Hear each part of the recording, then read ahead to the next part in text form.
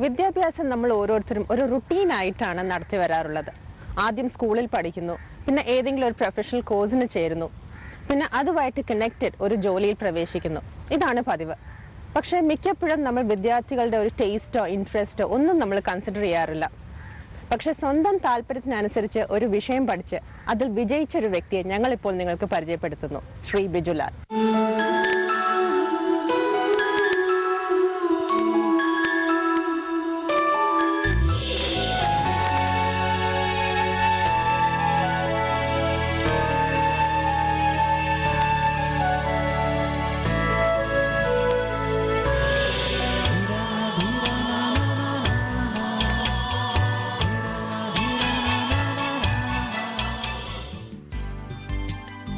സമൂഹത്തിൽ മാന്യവും തൊഴിൽ സുരക്ഷയുമുള്ളതുമായ ഒരു ജോലി ലഭിക്കുക എന്നതായിരുന്നു എല്ലാവരെയും പോലെ ബിജുലാൽ എന്ന ചെറുപ്പക്കാരനെ എഞ്ചിനീയറിംഗ് എൻട്രൻസ് എഴുതാൻ പ്രേരിപ്പിച്ചത്. എന്നാൽ എഞ്ചിനീയറിംഗ് ലഭിക്കാതെ അഗ്രികൾച്ചർ പഠനത്തിന് പോയ ബിജു പക്ഷേ ഒട്ടും ഖേദിച്ചില്ല.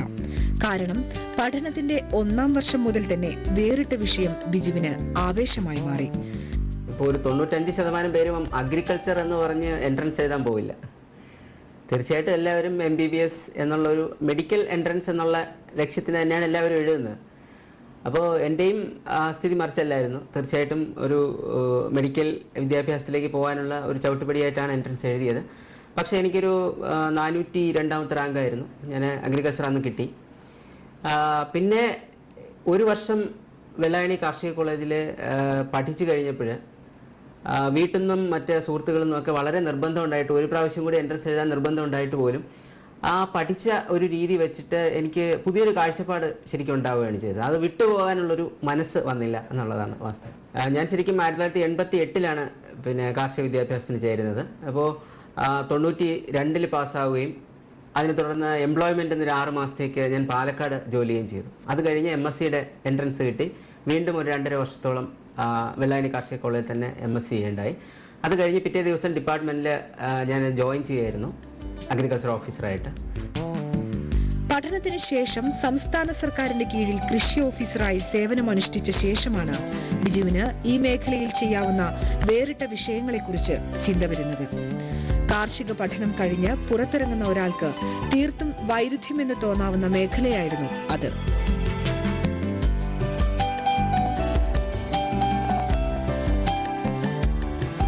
കാർഷിക മേഖലയെ ആധുനിക വിവരസാങ്കേതിക വിദ്യയുമായി സമന്വയിപ്പിച്ചുകൊണ്ടുള്ള ഒരു പദ്ധതിക്കാണ് അദ്ദേഹം രൂപം കൊടുത്തത്.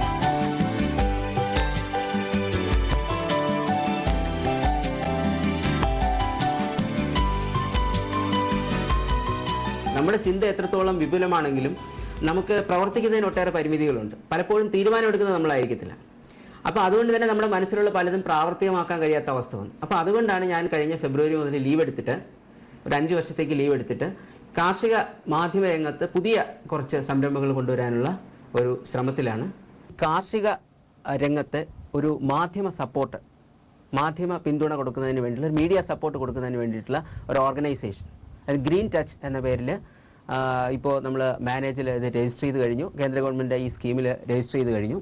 അപ്പോൾ ഇതിനകത്ത് ഞങ്ങൾ ഉദ്ദേശിക്കുന്നത് ഇപ്പോഴത്തെ IT ആൻഡ് മീഡിയയുടെ ഏറ്റവും ലേറ്റസ്റ്റ് ആയിട്ടുള്ള ടെക്നോളജി നമ്മുടെ കൃഷി രംഗത്ത് പ്രവർത്തിക്കുന്നവർക്ക് ലഭ്യമാക്കി അതിൻ്റെ ഉപയോഗം കൃഷിക്കാർക്കും അതുപോലെ ഈ രംഗത്ത് താല്പര്യമുള്ളവർക്കും കൂടി അതിൻ്റെ നേട്ടം കൊടുക്കുക എന്നുള്ളത്.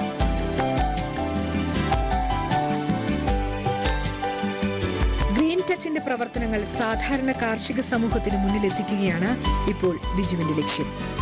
തിരുവനന്തപുരത്ത് പ്രവർത്തിക്കുന്ന ഈ സ്ഥാപനത്തിന്റെ ലക്ഷ്യങ്ങൾ കാർഷിക സമൂഹത്തിന്റെ വളർച്ചയ്ക്കും മുന്നേറ്റത്തിനും വഴിതെളിയിക്കുമെന്ന പൂർണ്ണ വിശ്വാസമുണ്ട് അദ്ദേഹത്തിന്. കാർഷിക സർവകലാശാലയുടെ കീഴിൽ തന്നെ 25-ൽ പരം ഗവേഷണ സ്ഥാപനങ്ങളുണ്ട്. പിന്നെ കേന്ദ്ര ഗവൺമെൻറ് കീഴിലുള്ള ഗവേഷണ സ്ഥാപനങ്ങളുണ്ട്. ഇവിടെയൊക്കെ കൃഷിക്കാർക്കും ഈ മേഖലയിലും ആവശ്യമുള്ള ധാരാളം റിസർച്ച് ഗവേഷണം നടന്നു വരികയാണ്.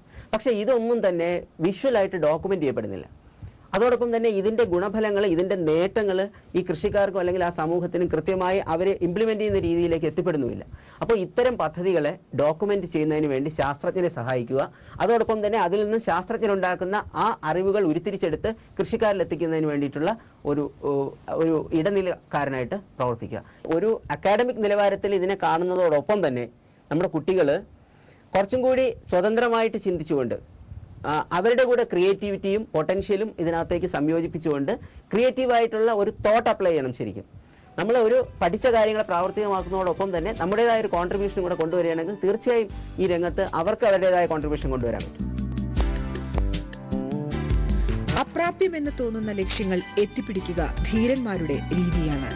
ഇത്തരം ലക്ഷ്യങ്ങളിലെത്താനുള്ള മനോധൈര്യമാണ് ഇവിടെ പ്രധാനമായി വേണ്ടത്. ജീവിതത്തിനോടുള്ള പോസിറ്റീവ് അപ്രോച്ചും ഇവിടെ പ്രധാനമാണ്.